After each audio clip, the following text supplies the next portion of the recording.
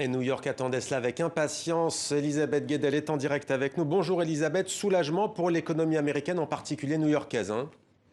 Oui, oui, c'est un secteur du tourisme qui a beaucoup souffert durant ces 20 derniers mois et notamment, vous l'avez dit, une ville comme New York, où vous savez, les touristes étrangers représentaient plus du quart de tous les achats annuels réalisés à New York dans les restaurants, les boutiques, les musées. 27% du shopping new-yorkais chaque année, ce qui représente évidemment des milliards de dollars.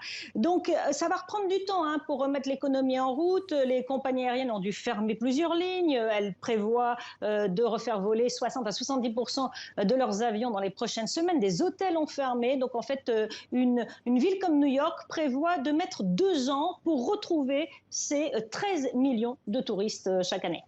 Frontières rouvertes, mais attention Elisabeth, pour les voyageurs, il y a encore des mesures de restriction en vigueur selon les villes et les régions américaines. Oui, c'est un pays vraiment transformé que vont voir les touristes étrangers en arrivant. Chaque État met en place ses propres mesures sanitaires. Alors, c'est inexistant pratiquement dans le sud du pays, mais en revanche, ça peut être très strict dans les grandes villes, notamment Los Angeles, c'est la ville qui applique les restrictions les plus contraignantes.